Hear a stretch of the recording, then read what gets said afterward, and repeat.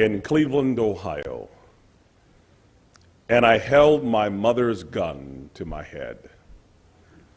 And I wanted to blow my brains all over her wall. You must stop to ask the question, why would a 10-year-old boy want to die? That's a time of dreaming to be Superman or a hero of some type. But my life was so dark and so full of despair that I wanted to die. My family is immigrants. My grandmother is from Germany, a little town called Bernkastel-Kues. She's tall and thin and pale, so we called her French fry. My grandfather is from Cuba, big, burly, dark man, and so we called him Hamburger. Hamburger met French fry and created a happy meal. And they had 7 lovely McNuggets. But in Ohio, during that dispensation of time, it wasn't looked upon well for a black man to be married to a white woman. So they hid that from society in most cases. My grandfather had a flaw. He liked to drink overproof Cuban rum from the old country, and every now and again he would boldly take his wife out, and this one particular day, another man that was also inebriated saw my grandfather with this white woman, and he asked my grandmother the question, and he said, "Why would you be a nigger lover?" And my grandfather, who worked in the sugarcane fields, was full of rage and rum, and took his right hand the size of my thigh and hit the man in the jaw and broke his neck. He was convicted and sent to the worst prison in Ohio, Mansfield Reformatory, where he was locked in his cell 23 hours a day.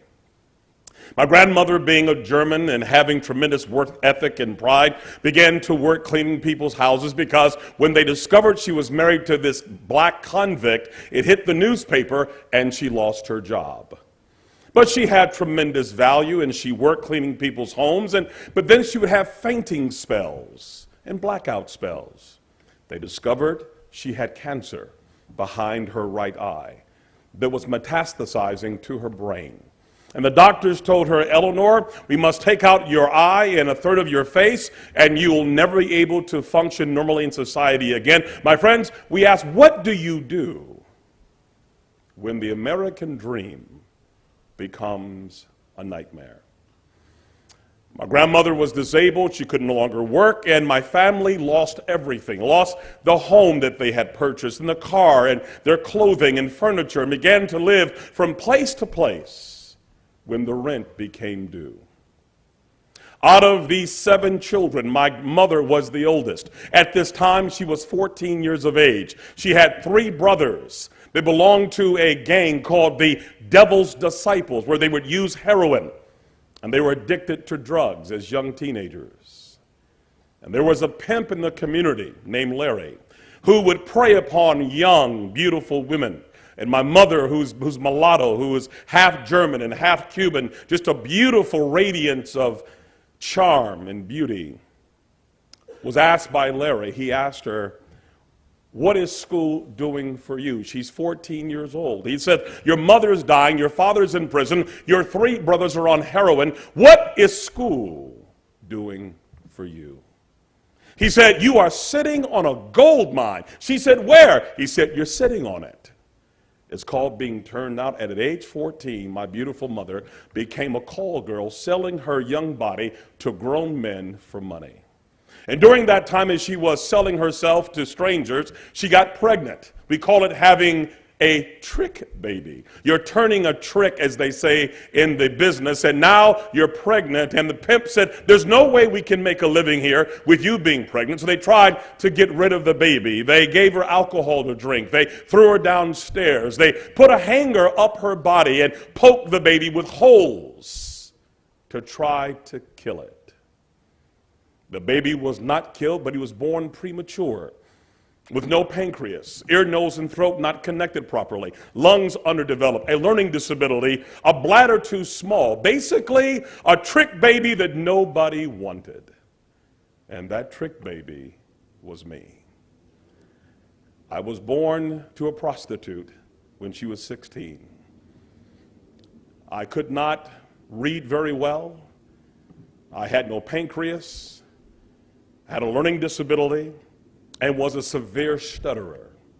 To make matters worse, my mother had a madam who ran her prostitution house who hated men, and she would babysit me when mom went out to do her business, and she would take a broomstick and put it into a boy's body where it should not go. She would rape me with vicious vitriol.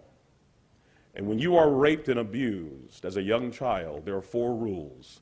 Don't talk, don't trust, don't feel, and pretend nothing is happening.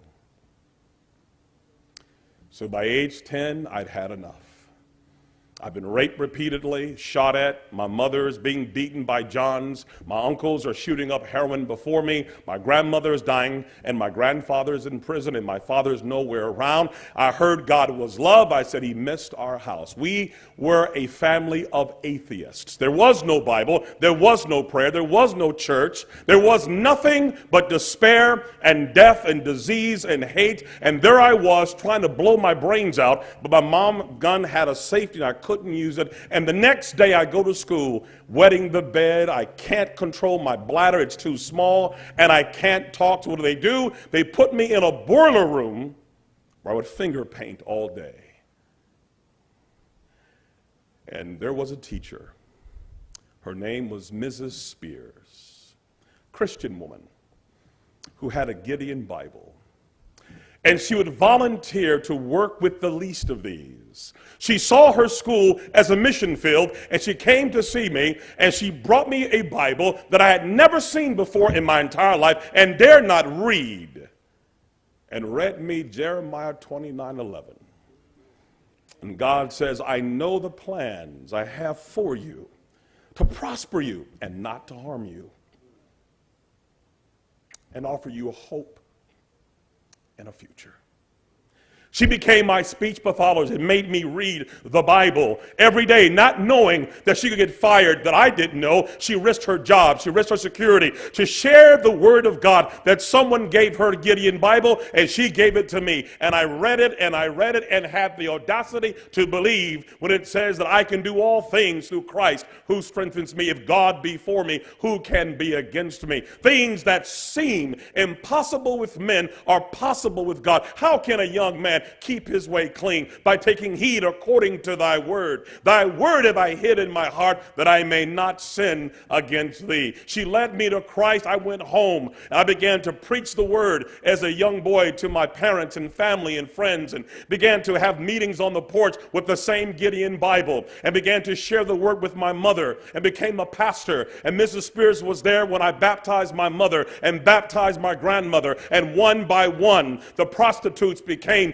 businessmen and businesswomen and evangelists and missionaries. Now we have halfway houses, and now the same boy who could not speak and wet the bed and was abused and raped because of one Gideon Bible and one faithful teacher now oversees 25 churches around the world, have served 3 U.S. presidents, wrote 5 best-selling books. And I will tell you, yes, I was born a trick baby, but the trick was on the devil, because somebody gave me the word of God.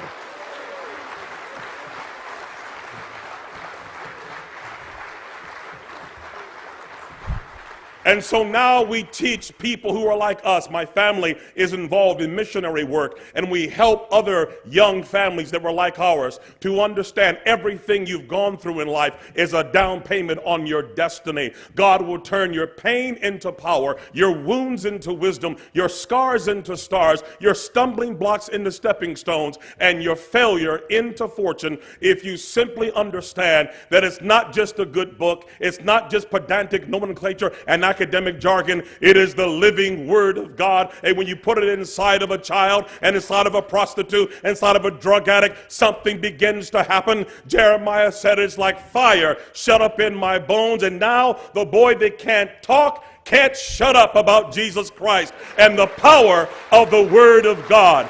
Thank you from the bottom of my heart. Thank you for sharing the word of God. Thank you for caring enough to understand the power that this word can produce. You don't just change one life, you change generation after generation after generation. At 10, I had the gun in my head. At 10, my son was on Air Force One with President Bush taking the word of God to Africa. Gideons, God bless you.